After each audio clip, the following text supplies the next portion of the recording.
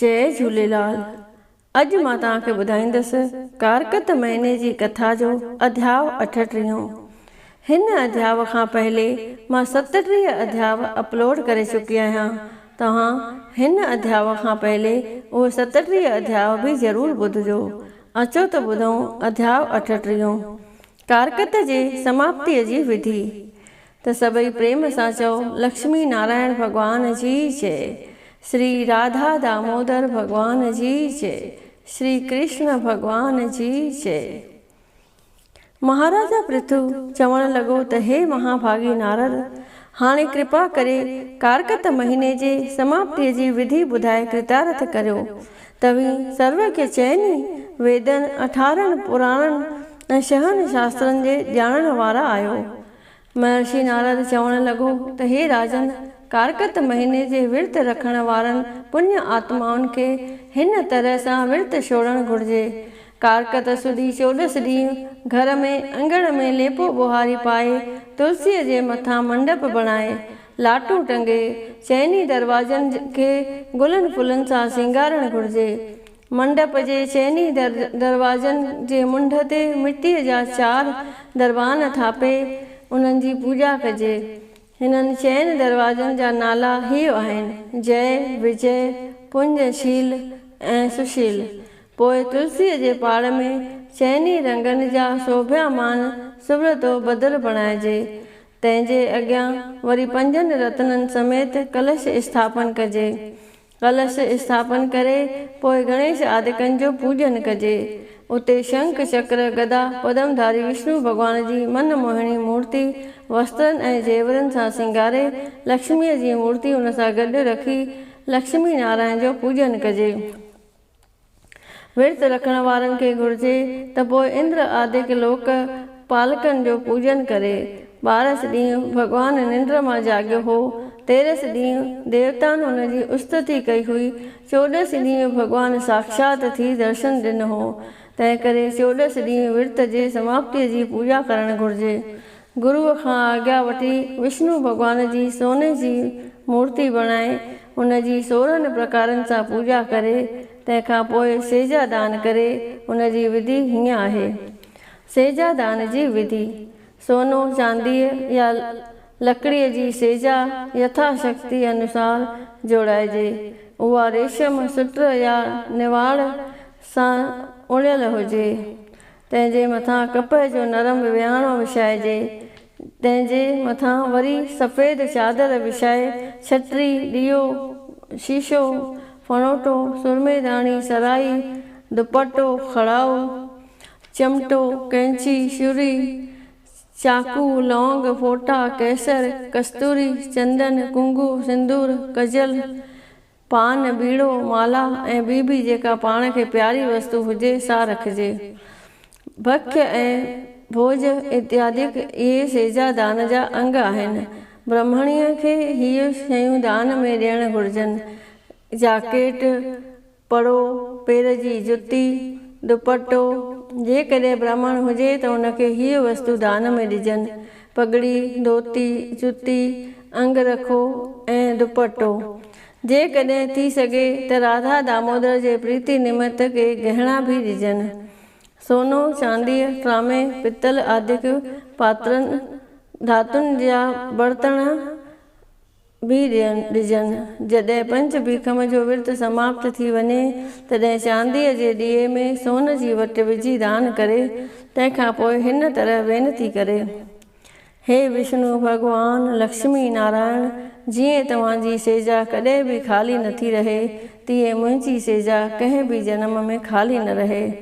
ऐं अहो वेदा इंद्र विष्णु श्री विष्णाय नमः, लक्ष्मी नारायणाय नमः चई सेजा दान करण वारे खे तिरनि ऐं खीर सां हवन करणु घुर्जे। विष्णु भगवान जे प्रसन्नता लाइ देवताउनि जो हवन ॾाढो कल्याणकारी आहे। ऐं कपला गऊअ जो पूजन करण भी ॾाढो लाभदायक आहे। विष्णु भगवान जे प्रीतीअ लाइ सभिनी देवताउनि खे यथाशक्ति जुदा जुदा दक्षिणा ॾेई नमस्कार कजे। विर्त रखण वारे जे समाप्तिअ वक़्तु ॿियनि सभिनी देवताउनि जे पूॼण सां गॾु तुलसीअ, कपला ऐं गायत्रीअ जी पूॼा बि ज़रूरु करणु घुरिजे। तंहिंखां पोइ उपदेश ॾियण वारे गुरूअ जो पूॼन कजे। ब्राह्मण खे बि हिन रीति आशीर्वाद ॾियणु घुरिजे। हे यजमान, असांजे आशीर्वाद सां तो ते विष्णु भॻवानु हिकदमि प्रसन्न थिए। हिन विर्त जे पुण्य जे फल सां तुंहिंजो 7 जन्मनि जा कयल पाप सभई नास थी वञनि था। तोखे धन, संतान, इज़त ऐं इक़बाल जो वाधारो थिए। तो जो मुंहिंजी तन सां, मन सां ऐं धन सां पूॼा कई आहे, तंहिं करे तुंहिंजा सभई मनोरथ सफल थियनि। अंत समय तोखे विष्णु भॻवान जो दर्शन थिए ऐं विष्णु लोक जी प्राप्ति थिए। तोखे कोट तीर्थ यात्रा करण जो फल मिले। ब्राह्मण खे अहिड़ी आशीर्वाद करणु घुरिजे। कारकत में राधा दामोदर जे नाले सेजा आदिक थियो। ॿियो बि जेकी यथाशक्ति थी सघे दान कजे। कारकत में विष्णु भॻवान जो नालो राधा दामोदर आहे। विर्त पूरो करण वारे खे घुरिजे त 14 ॾींहं राति जो स्त्रीअ खे पाण सां वठी वञी ब्राह्मण खे न्योतो ॾेई अचे। हिकु ब्राह्मण खां वठी 30 ब्राह्मण ताईं जेतिरनि खे यथाशक्ति भोजन खाराए सघे। पूर्णिमा ॾींहुं सुबुह जो सवेरे प्रातः काल जो उथी विष्णु भॻवान जो पूॼन करे। तंहिंखां पोइ ब्राह्मणनि खे भोजन खाराए। स्त्रीअ समेत ब्राह्मण जो पूॼन कजे। गिह, खीर ऐं तिरनि सां वेद मंत्र पढ़ी हवन कजे। राधा कृष्ण में सची भावना रखी जेवर इत्यादि दान कजनि। सॼी पूॼा गऊअ समेत गुरूअ खे ॾिजे। साग, मूरी, फल, फूल इत्यादि द्वार पालन खे ॾिजनि। जेकी भोजन बचे सो कांवनि, कुतनि, पखियुनि, शूद्रनि खे ॾेई छॾिजे। तंहिंखां पोइ ॿई हथ ॿधी हिन तरह प्रार्थना कजे। प्रार्थना: हे प्रभु सदा सरब जा प्रीति पाल, लहे थो बचन जी सदाई संभाल। चराचर जगत खे तो पाले पिता, ॼाणी पंहिंजा पुटड़ा संभाले पिता। सॼो जग उपाए खपाए निपाए, बंदे बूंद हिक मां बिलाशक बणाए। मथे हेठि आकाश पोलाड़ में, तूं ही पृथ्वीअ जे वसे पाण में। पिता ध्यान जो तुंहिंजो दिल में धरे, भॼन दूत जम जा इन्हीअ खां परे। वठे शरण जेको तव्हांजी अची, वञे पाप पीड़ा कूं बेशक बची।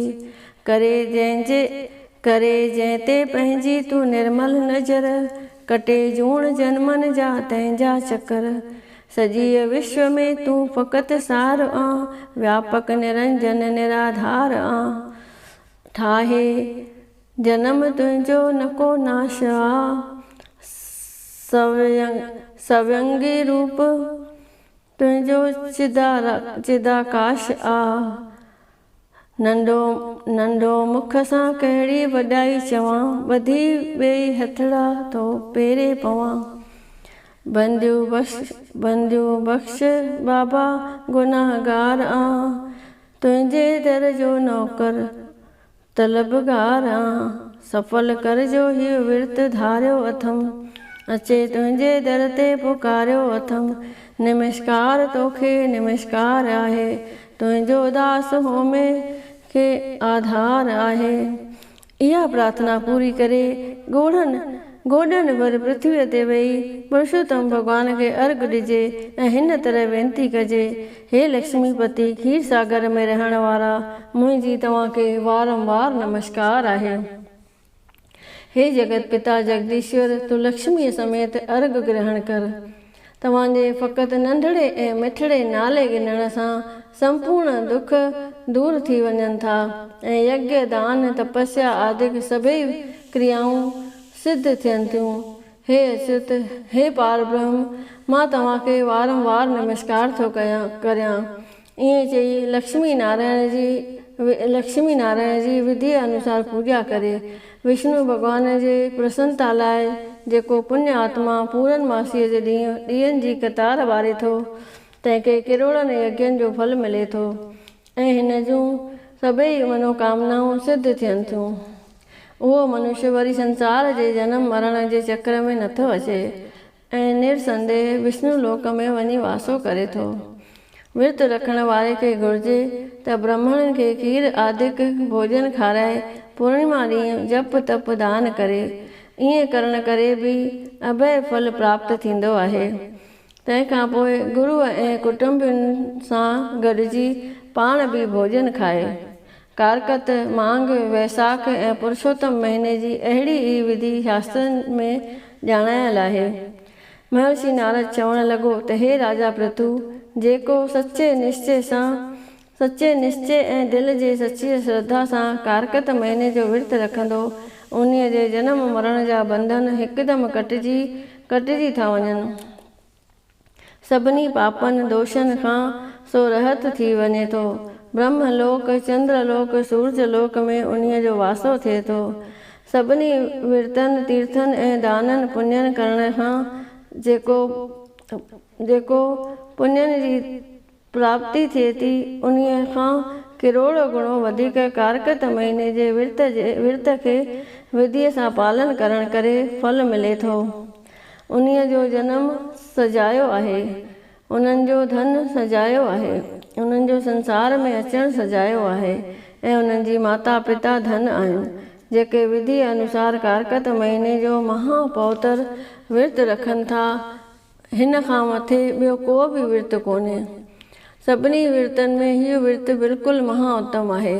जेको वैष्णु हीअ कथा पाण बि पढ़े थो ऐं ॿियनि वैष्णवनि खे बि पढ़ण जो उपदेश थो करे, उन्हीअ खे चोथों हिसो विर्त रखण जो फल प्राप्त थिए थो।